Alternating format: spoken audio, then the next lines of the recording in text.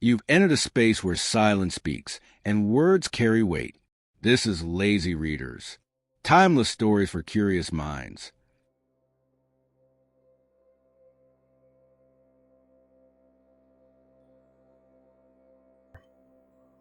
The Adventure of the Blue Carbuncle by Sir Arthur Conan Doyle. Part 1.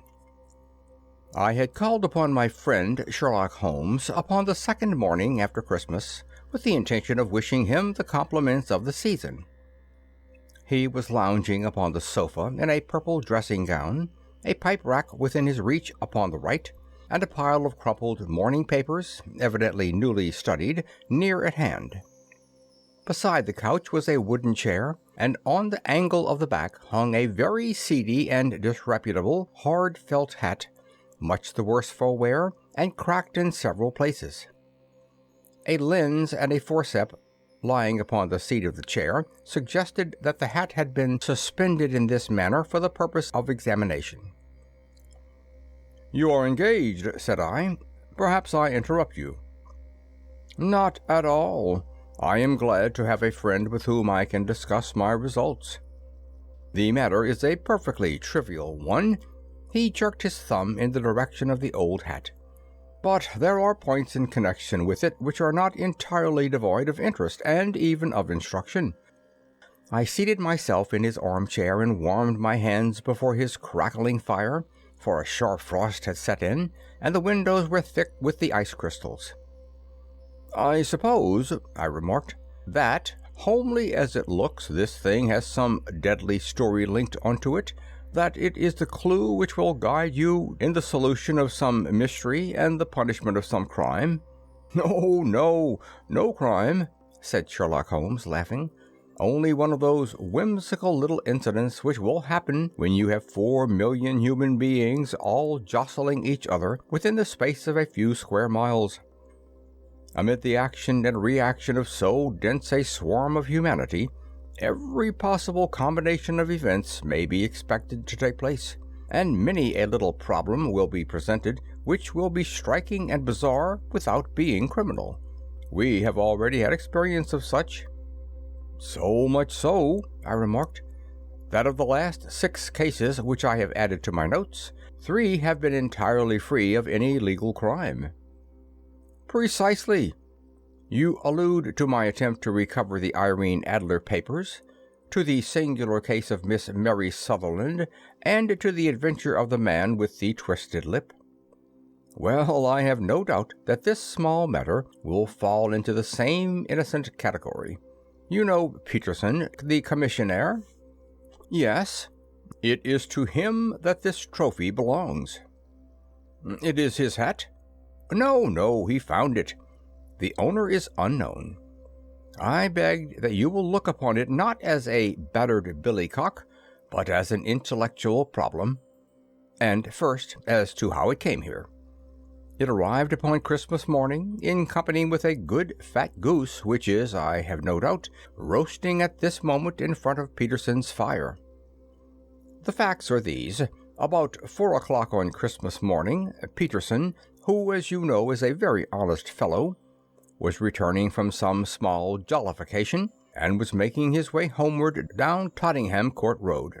In front of him he saw, in the gaslight, a tallish man walking with a slight stagger, and carrying a white goose slung over his shoulder.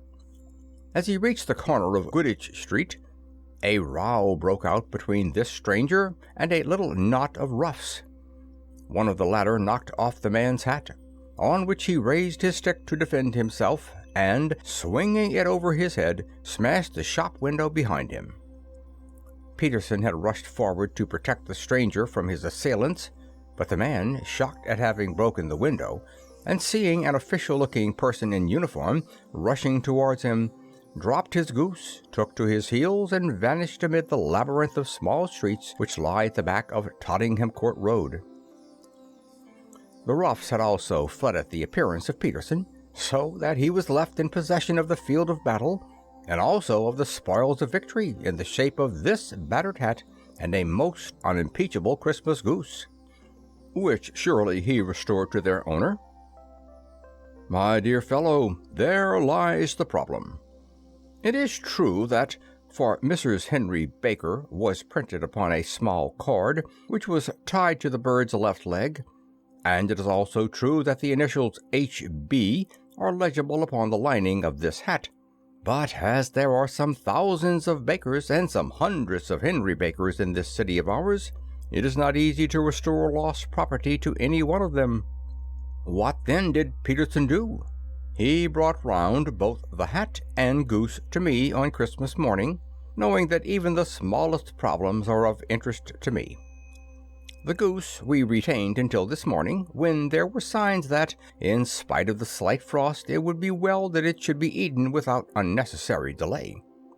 Its finder had carried it off, therefore, to fulfill the ultimate destiny of a goose, while I continue to retain the hat of the unknown gentleman who lost his Christmas dinner. Did he not advertise? No. Then what clue could you have as to his identity? Only as much as we can deduce. From his hat? Precisely. But you are joking. What can you gather from this old battered felt? Here is my lens. You know my methods. What can you gather yourself as to the individuality of the man who has worn this article? I took the tattered object in my hands and turned it over rather ruefully. It was a very ordinary black hat of the usual round shape, hard, and much the worse for wear. The lining had been of red silk, but it was a good deal discolored. There was no maker's name, but, as Holmes had remarked, the initials H.B. were scrawled upon one side. It was pierced in the brim for a hat securer, but the elastic was missing. For the rest, it was cracked, exceedingly dusty, and spotted in several places, although there seemed to have been some attempt to hide the discolored patches by smearing them with ink. "I can see nothing," said I, handing it back to my friend. "On the contrary, Watson, you can see everything. You fail, however, to reason from what you see. You are too timid in drawing your inferences." "Then pray tell me, what is it that you can infer from this hat?" He picked it up and gazed at it in the peculiar introspective fashion which was characteristic of him. "It is perhaps less suggestive than it might have been," he remarked, "and yet there are a few inferences which are very distinct, and a few others which represent at least a strong balance of probability. That the man was highly intellectual is of course obvious upon the face of it, and also that he was fairly well-to-do within the last 3 years, although he has now fallen upon evil days. He had foresight, but has less now than formerly, pointing to a moral retrogression, which, when taken with the decline of his fortunes, seems to indicate some evil influence, probably drink, at work upon him. This may account also for the obvious fact that his wife has ceased to love him." "My dear Holmes!" "He has, however, retained some degree of self-respect," he continued, disregarding my remonstrance. "He is a man who leads a sedentary life, goes out little, is out of training entirely, is middle-aged, has grizzled hair which he has had cut within the last few days, and which he anoints with lime cream. These are the more patent facts which can be deduced from his hat. Also, by the way, that it is extremely improbable that he has gas laid on in his house." "You are certainly joking, Holmes." "Not in the least. Is it possible that even now, when I give you these results, you are unable to see how they are attained?" "I have no doubt that I am very stupid, but I must confess that I am unable to follow you. For example, how did you deduce that this man was intellectual?" For answer, Holmes clapped the hat upon his head. It came right over the forehead and settled upon the bridge of his nose. "It is a question of cubic capacity," said he. "A man with so large a brain must have something in it." "The decline of his fortunes, then." "This hat is 3 years old. These flat brims curled at the edge came in then. It is a hat of the very best quality. Look at the band of ribbed silk and the excellent lining. If this man could afford to buy so expensive a hat 3 years ago, and has had no hat since, then he has assuredly gone down in the world." "Well, that is clear enough, certainly. But how about the foresight and the moral retrogression?" Sherlock Holmes laughed. "Here is the foresight," said he, putting his finger upon the little disc and loop of the hat securer. "They are never sold upon hats. If this man ordered one, it is a sign of a certain amount of foresight, since he went out of his way to take this precaution against the wind. But since we see that he has broken the elastic and has not troubled to replace it, it is obvious that he has less foresight now than formerly, which is a distinct proof of a weakening nature. On the other hand, he has endeavored to conceal some of these stains upon the felt by daubing them with ink, which is a sign that he has not entirely lost his self-respect." "Your reasoning is certainly plausible." "The further points, that he is middle-aged, that his hair is grizzled, that it has been recently cut, and that he uses lime cream, are all to be gathered from a close examination of the lower part of the lining. The lens discloses a large number of hair ends, clean cut by the scissors of the barber. They all appear to be adhesive, and there is a distinct odor of lime cream. This dust, you will observe, is not the gritty gray dust of the street, but the fluffy brown dust of the house, showing that it has been hung up indoors most of the time, while the marks of moisture upon the inside are proof positive that the wearer perspired freely and could therefore hardly be in the best of training." "But 'tis wife! You said that she had ceased to love him." "This hat has not been brushed for weeks. When I see you, my dear Watson, with a week's accumulation of dust upon your hat, and when your wife allows you to go out in such a state, I shall fear that you also have been unfortunate enough to lose your wife's affection." "But he might be a bachelor." "Nay, he was bringing home the goose as a peace offering to his wife. Remember the card upon the bird's leg." "You have an answer to everything. But how on earth do you deduce that the gas is not laid on in his house?" "One tallow stain, or even two, might come by chance. But when I see no less than 5, I think that there can be little doubt that the individual must be brought into frequent contact with burning tallow, walks upstairs at night probably with his hat in one hand and a guttering candle in the other. Anyhow, he never got tallow stains from a gas jet. Are you satisfied?" "Well, it is very ingenious," said I, laughing. "But since, as you said just now, there has been no crime committed and no harm done, save the loss of a goose, all this seems to be rather a waste of energy." Sherlock Holmes had opened his mouth to reply when the door flew open, and Peterson, the commissionaire, rushed into the apartment with flushed cheeks and the face of a man who is dazed with astonishment. "The goose, Mr. Holmes! The goose, sir!" he gasped. "Eh? What of it, then? Has it returned to life and flapped off through the kitchen window?" Holmes twisted himself round upon the sofa to get a fairer view of the man's excited face. "See here, sir! See what my wife found in its crop!"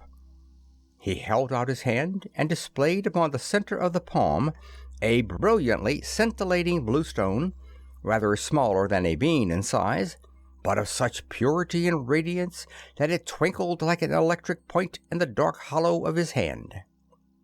Sherlock Holmes sat up with a whistle. "By Jove, Peterson," said he, "this is treasure trove indeed. I suppose you know what you have got? A diamond, sir? A precious stone? It cuts into glass as though it were putty." "It's more than a precious stone. It is the precious stone." "Not the Countess of Morcar's Blue Carbuncle?" I ejaculated. "Precisely so. I ought to know its size and shape, seeing that I have read the advertisement about it in the Times every day lately. It is absolutely unique, and its value can only be conjectured, but the reward offered of £1,000 is certainly not within a 20th part of the market price." £1,000? Great Lord of mercy! The commissionaire plumped down into a chair and stared from one to the other of us. "That is the reward, and I have reason to know that there are sentimental considerations in the background which would induce the Countess to part with half her fortune if she could but recover the gem."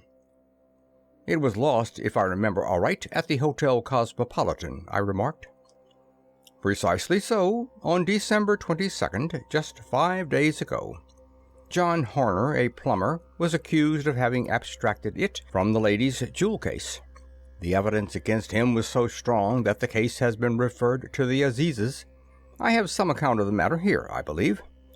He rummaged amid his newspapers, glancing over the dates, until at last he smoothed one out, doubled it over, and read the following paragraph. "Hotel Cosmopolitan jewel robbery. John Horner, 26, plumber, was brought up upon the charge of having upon the 22nd inst. Abstracted from the jewel case of the Countess of Morcar the valuable gem known as the Blue Carbuncle. James Ryder, upper attendant at the hotel, gave his evidence to the effect that he had shown Horner up to the dressing-room of the Countess of Morcar upon the day of the robbery, in order that he might solder the second bar of the grate, which was loose. He had remained with Horner some little time, but had finally been called away.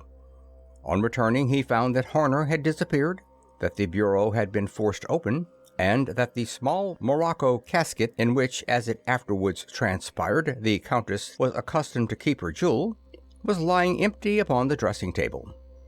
Ryder instantly gave the alarm, and Horner was arrested the same evening, but the stone could not be found either upon his person or in his rooms. Catherine Cusack, maid to the Countess, deposed to having heard Ryder's cry of dismay on discovering the robbery, and to having rushed into the room, where she found matters as described by the last witness. Inspector Broadstreet, B Division, gave evidence as to the arrest of Horner, who struggled frantically and protested his innocence in the strongest terms. Evidence of a previous conviction for robbery having been given against the prisoner, the magistrate refused to deal similarly with the offense, but referred it to the Assizes. Horner, who had shown signs of intense emotion during the proceedings, fainted away at the conclusion and was carried out of the court. So much for the police court," said Holmes thoughtfully, tossing aside the paper. "The question for us now to solve is the sequence of events leading from a rifled jewelry case at one end to the crop of a goose in Tottenham Court Road at the other. You see, Watson, our little deductions have suddenly assumed a much more important and less innocent aspect.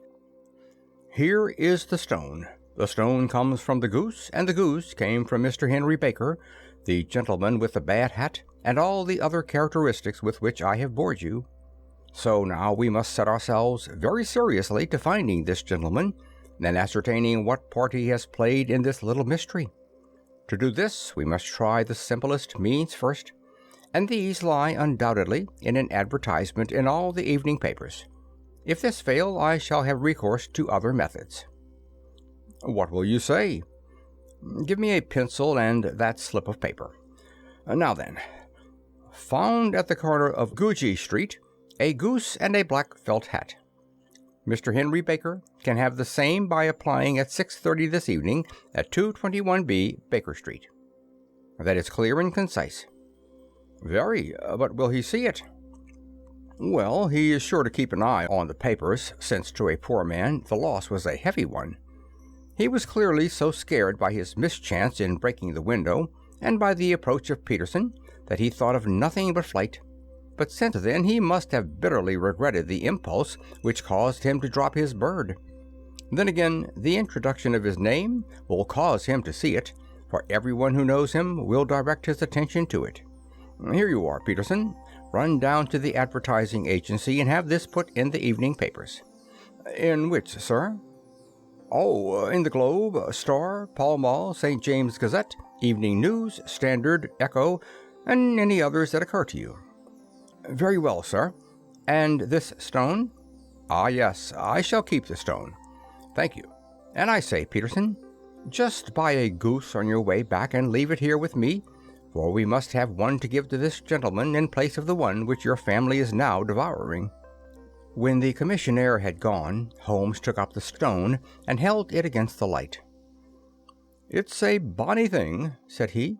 "Just see how it glints and sparkles. Of course, it is a nucleus and focus of crime. Every good stone is.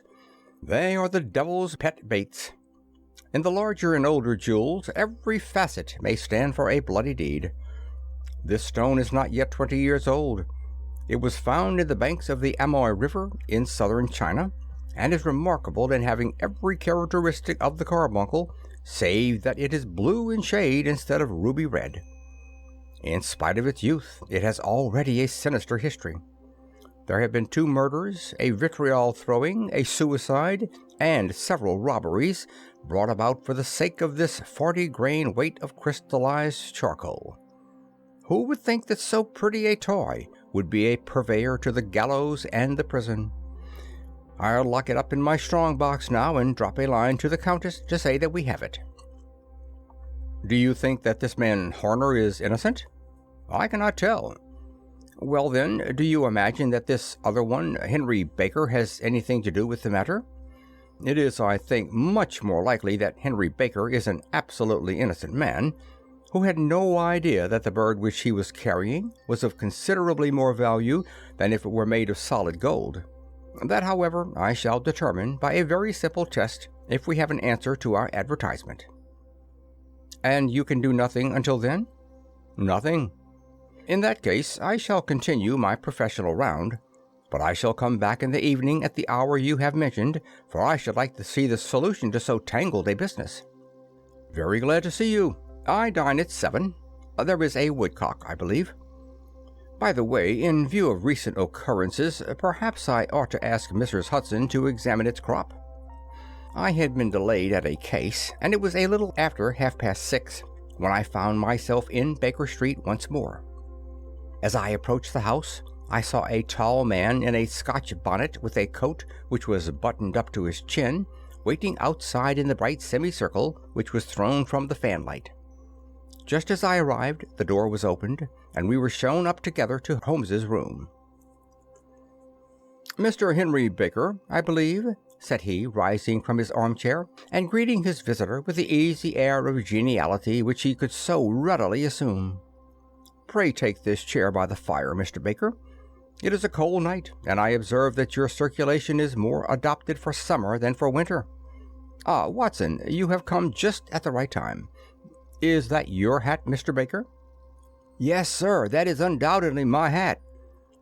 He was a large man with rounded shoulders, a massive head, and a broad, intelligent face, sloping down to a pointed beard of grizzled brown.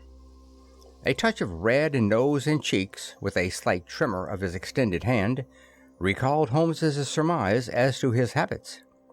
His rusty black frock coat was buttoned right up in front, with the collar turned up, and his lank wrists protruding from his sleeves without a sign of cuff or shirt. He spoke in a slow staccato fashion, choosing his words with care, and gave the impression, generally, of a man of learning and letters, who had had ill usage at the hand of fortune. "We have retained these things for some days," said Holmes, "because we expected to see an advertisement from you giving your address. I am at a loss to know why you did not advertise." Our visitor gave a rather shamefaced laugh. "Shillings have not been so plentiful with me as they once were," he remarked. "I had no doubt that the gang of roughs who assaulted me had carried off both my hat and the bird. I did not care to spend more money in a hopeless attempt at recovering them." "Very naturally. By the way, about the bird, we were compelled to eat it." "To eat it?" Our visitor half rose from his chair in his excitement. "Yes, it would have been of no use to anyone had we not done so. But I presume that this other goose upon the sideboard, which is about the same weight and perfectly fresh, will answer your purpose equally well." "Oh, certainly, certainly," answered Mr. Baker with a sigh of relief. "Of course, we still have the feathers, legs, crop, and so on of your own bird, so if you wish—" The man burst into a hearty laugh. "They might be useful to me as relics of my adventure," said he, "but beyond that I can hardly see what use the disjecta membrae of my late acquaintance are going to be to me. No, sir, I think that, with your permission, I will confine my attentions to the excellent bird which I perceive upon the sideboard." Sherlock Holmes glanced sharply across at me with a slight shrug of his shoulders. "There's your hat, then, and there your bird," said he. "By the way, would it bore you to tell me where you got the other one from? I am somewhat of a fowl fancier, and I have seldom seen a better grown goose." "Certainly, sir," said Baker, who had risen and tucked his newly gained property under his arm. "There are a few of us who frequent the Alpha Inn near the museum. We are to be found in the museum itself during the day, you understand. This year our good host, Windgate by name, instituted a goose club, by which, on consideration of some few pence every week, we were each to receive a bird at Christmas. My pence were duly paid, and the rest is familiar to you. I am much indebted to you, sir, for a Scotch bonnet is fitted neither to my years nor my gravity." With a comical pomposity of manner, he bowed solemnly to both of us and strode off upon his way. "So much for Mr. Henry Baker," said Holmes, when he had closed the door behind him. "It is quite certain that he knows nothing whatever about the matter. Are you hungry, Watson?" "Not particularly." "Then I suggest that we turn our dinner into a supper and follow up this clue while it is still hot." "By all means." End of Part 1.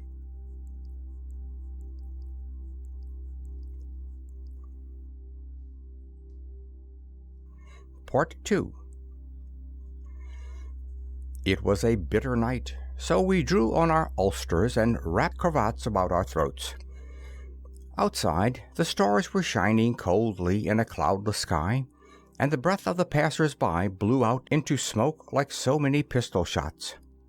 Our footfalls rang out crisply and loudly as we swung through the Doctor's Quarter, Wimpole Street, Harley Street, and so through Wigmore Street into Oxford Street. In a quarter of an hour we were in Bloomsbury, at the Alpha Inn, which is a small public house at the corner of one of the streets which turns down into Holborn.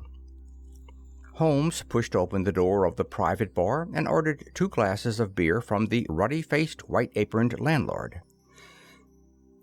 "Your beer should be excellent, if it is good as your geese," said he. "My geese?" The man seemed surprised. "Yes. I was speaking only half an hour ago to Mr. Henry Baker, who was a member of your goose club." "Ah, yes, I see.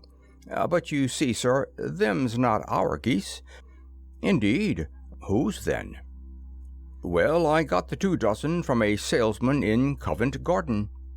"Indeed? I know some of them. Which was it?" "Brackenridge is his name." "Ah, I don't know him. Well, here's your good health, landlord, and prosperity to your house. Good night." "Now for Mr. Breckenridge," he continued, buttoning up his coat as we came out into the frosty air. "Remember, Watson, that though we have so homely a thing as a goose at one end of this chain, we have at the other a man who will certainly get 7 years penal servitude unless we can establish his innocence.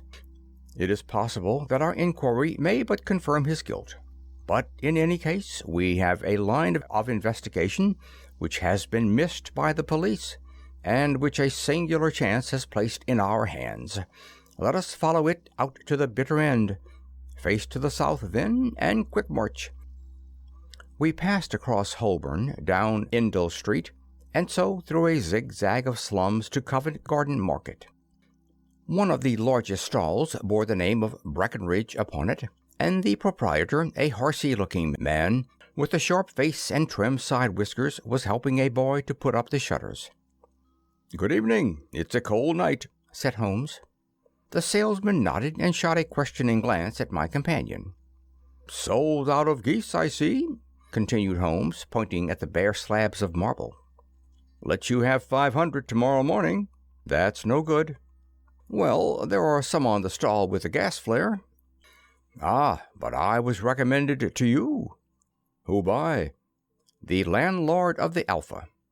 Oh, yes, I sent him a couple of dozen. Fine birds they were, too. Now, where did you get them from?" To my surprise, the question provoked a burst of anger from the salesman. "Now then, mister," said he, with his head cocked and his arms akimbo, "what are you driving at? Let's have it straight now." "It's straight enough. I should like to know who sold you the geese which you supplied to the Alpha." "Well, then, I shan't tell you. So now." "Oh, it's a matter of no importance, but I don't know why you should be so warm over such a trifle."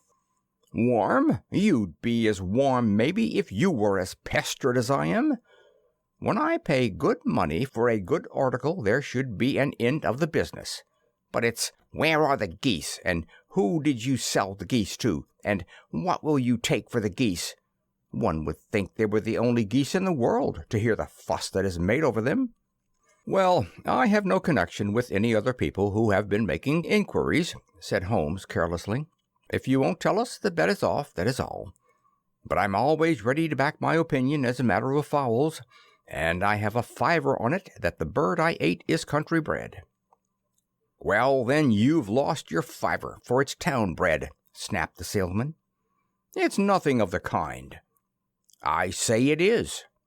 "I don't believe it. Do you think you know more about fowls than I, who have handled them ever since I was a nipper? I tell you, all those birds that went to the Alpha were town bred." "You'll never persuade me to believe that." "Will you bet, then?"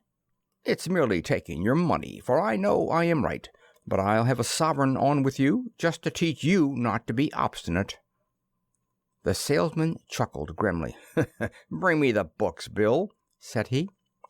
The small boy brought round a small thin volume and a great greasy-backed one, laying them out together beneath the hanging lamp. "Now then, Mr. Cocksure," said the salesman, "I thought that I was out of geese, but before I finish you'll find that there is still one left in my shop. You see this little book?" "Well?" "That is the list of the folks from whom I buy. Do you see? Well, then, here on this page are the country folk, and the numbers after their names are where their accounts are in the big ledger. Now then, you see this other page in red ink?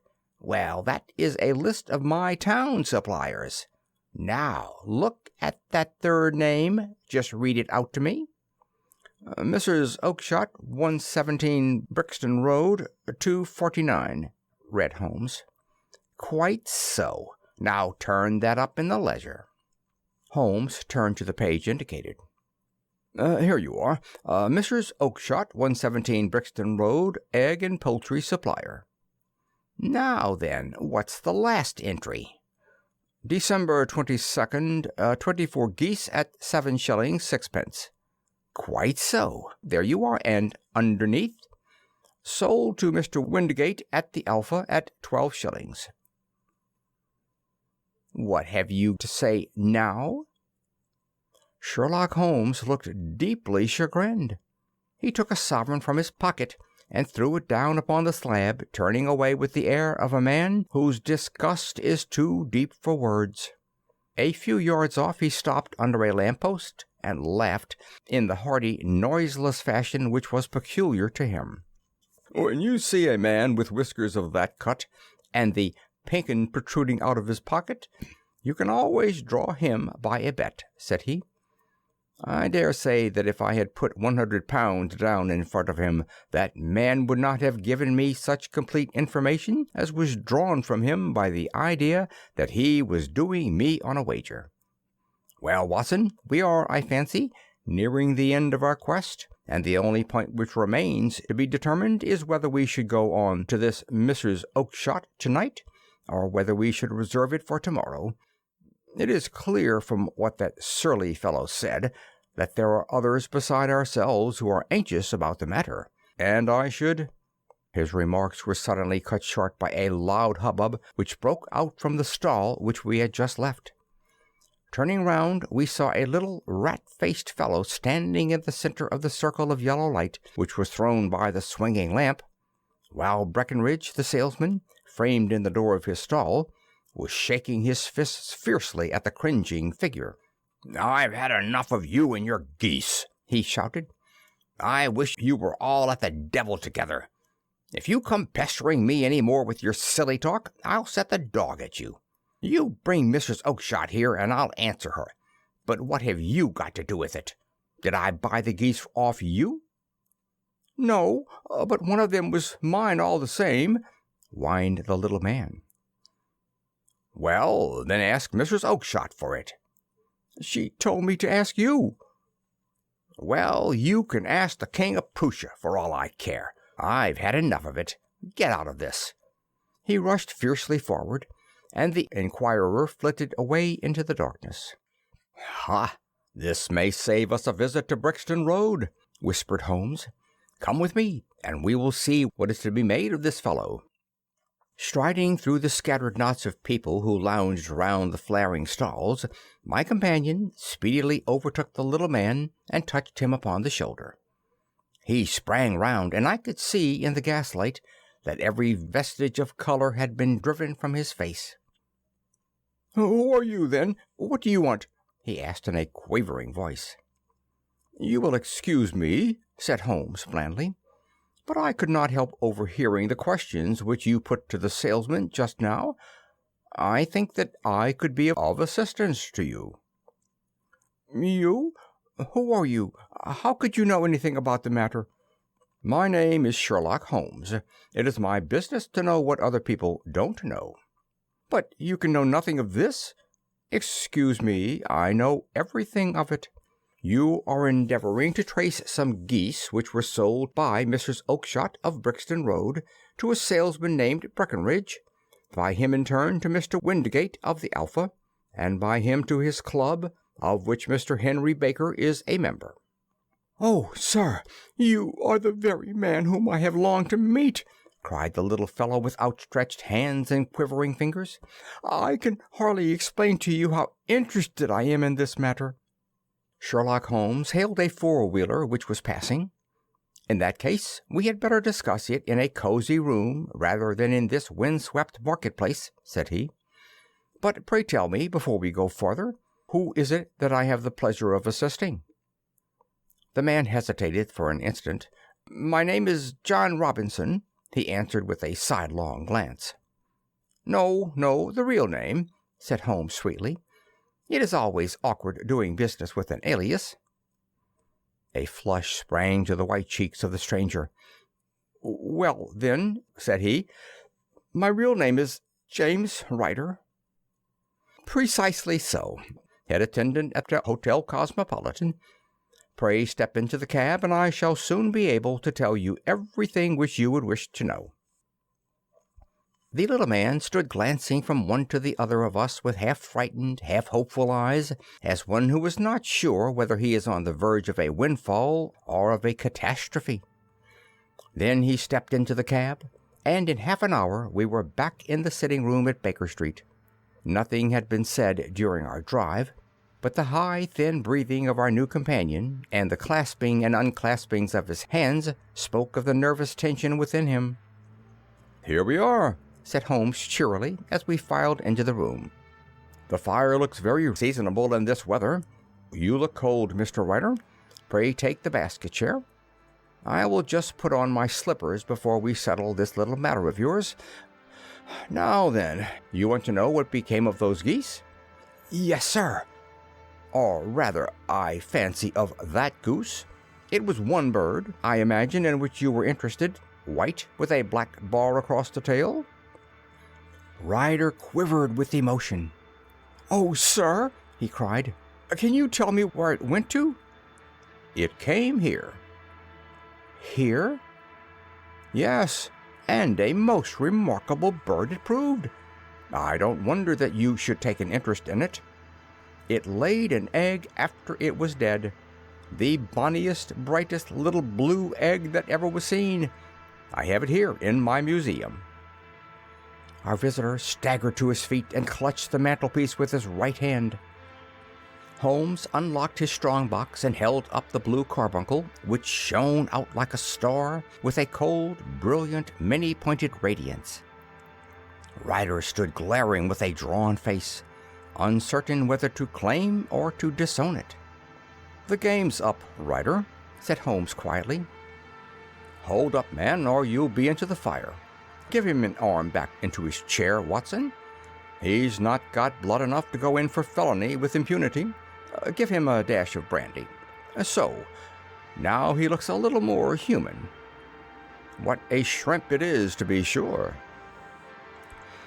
For a moment he had staggered and nearly fallen, but the brandy brought a tinge of color into his cheeks, and he sat staring with frightened eyes at his accuser. "I have almost every link in my hands, and all the proofs which I could possibly need, so there is little which you need tell me. Still, that little may as well be cleared up to make the case complete. You had heard, Ryder, of this blue stone of the Countess of Morcar's?" "It was Catherine Cusack who told me of it," said he in a crackling voice. "I see, her ladyship's waiting maid. Well, the temptation of sudden wealth so easily acquired was too much for you, as it has been for better men before you. But you were not very scrupulous in the means you used. It seems to me, Ryder, that there is the making of a very pretty villain in you. You knew that this man Horner, the plumber, had been concerned in such matters before, and that suspicion would rest the more readily upon him. What did you do then? You made some small job in my lady's room, you and your confederate Cusack, and you managed that he should be the man sent for. Then, when he had left, you rifled the jewel case, raised the alarm, and had this unfortunate man arrested. You then—" Ryder threw himself down suddenly upon the rug and clutched at my companion's knees. "For God's sake, have mercy!" he shrieked. "Think of my father, of my mother. It would break their hearts. I never went wrong before. I never will again. I swear it. I'll swear it on a Bible. Oh, don't bring it into court. For Christ's sake, don't." "Get back into your chair," said Holmes sternly. "It is very well to cringe and crawl now, but you thought little enough of this poor Horner in the dock for a crime of which he knew nothing." "I will fly, Mr. Holmes. I will leave the country, sir. Then the charge against him will break down." We will talk about that. But now let us hear a true account of the next act. How came the stone into the goose, and how came the goose into the open market? Tell us the truth, for there lies your only hope of safety." Ryder passed his tongue over his parched lips. "I will tell you it just as it happened, sir," said he. "When Horner had been arrested, it seemed to me that it would be best for me to get away with the stone at once, for I did not know at what moment the police might not take it into their heads to search me in my room. There was no place about the hotel where it would be safe. I went out as if on some commission, and I made for my sister's house. She had married a man named Oakshott and lived in Brixton Road, where she fattened fowls for the market. All the way there, every man I met seemed to me to be a policeman or a detective, and for all that it was a cold night, the sweat was pouring down my face before I came to the Brixton Road. My sister asked me what was the matter, and why I was so pale, but I told her I had been upset by the jewel robbery at the hotel. Then I went into the backyard and smoked a pipe and wondered what it would be best to do. I had a friend, once called Maudsley, who went to the bad, and he had just been serving his time in Pentonville. One day he had met me and fell into talk about the ways of thieves and how they get rid of what they stole. I knew that he would be true to me, for I knew one or two things about him. So I made up my mind to go right on to Kilburn, where he lived, and take him into my confidence. He would show me how to turn the stone into money, but how to get to him in safety. I thought of the agonies I had gone through in coming from the hotel. I might at any moment be seized and searched, and there would be the stone in my waistcoat pocket. I was leaning against the wall at the time and looked at the geese which were waddling around my feet, and suddenly an idea came into my head which showed me how I could beat the best detective that ever lived. My sister had told me some weeks before that I might have the pick of her geese for a Christmas present, and I knew that she was always as good as her word. I would take my goose now, and in it I would carry my stone to Kilburn. There was a little shed in the yard, and behind this I drove one of the birds, a fine big one, white with a barred tail.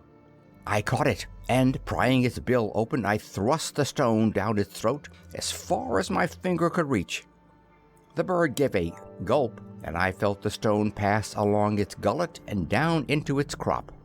But the creature flapped and struggled, and out came my sister to know what was the matter. As I turned to speak to her, the brute broke loose and fluttered off among the others. "Whatever were you doing with that bird, Jim?" said she. "Well," said I, "you said you'd give me one for Christmas, and I was feeling which was the fattest." "Oh," says she, "we've set yours aside for you, Jem's bird we call it. It's the big white one over yonder. There's 26 of them, which makes one for you and one for us and 2 dozen for the market." "Thank you, Maggie," says I, "but if it is all the same to you, I'd rather have that one I was handling just now." "The other is a good 3 pound heavier," said she, "and we fattened it expressly for you." "Never mind, I'll have the other, and I'll take it now," said I. "Oh, just as you like," said she, a little huffed. "Which is the one you want, then?" "The white one with the barred tail, right in the middle of the flock." "Oh, very well. Kill it and take it with you." Well, I did what she said, Mr. Holmes, and I carried the bird all the way to Kilburn. I told my pal what I had done, for he was a man that it was easy to tell a thing like that to. He laughed until he choked, and we got a knife and opened the goose. My heart turned to water, for there was no sign of the stone, and I knew that some terrible mistake had occurred. I left the bird, rushed back to my sister's, and hurried into the backyard. There was not a bird to be seen there. "Where are they all, Maggie?" I cried. "Gone to the dealers, Jen." "Which dealers?" "Breckenridge of Covent Garden." "But was there another with a barred tail?" I asked. "The same as the one I chose?" "Yes, Jim, there were 2 barred-tailed ones, and I could never tell them apart." Well, then, of course, I saw it all, and I ran off as hard as my feet would carry me to this man Breckenridge, but he had sold the lot at once, and not one word would he tell me as to where they had gone. You heard him yourselves tonight. Well, he has always answered me like that. My sister thinks that I am going mad. Sometimes I think that I am myself, and now I am myself a branded thief without ever having touched the wealth for which I sold my character. God help me! God help me!" He burst into convulsive sobbing with his face buried in his hands. There was a long silence, broken only by his heavy breathing and by the measured tapping of Sherlock Holmes's fingertips upon the edge of the table. Then my friend rose and threw open the door. "Get out," said he. "What, sir? Oh, heaven bless you!" "No more words. Get out." And no more words were needed. There was a rush, a clatter upon the stairs, the bang of a door, and the crisp rattle of running footsteps from the street. "After all, Watson," said Holmes, reaching up his hand for his clay pipe, "I am not retained by the police to supply their deficiencies. If Harner were in danger, it would be another thing, but this fellow will not appear against him, and the case must collapse. I suppose that I am now commuting a felony, but it is just possible that I am saving a soul.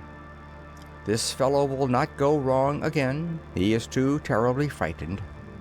Send him to the jail now, and you make him a jailbird for life. Besides, it is the season of forgiveness.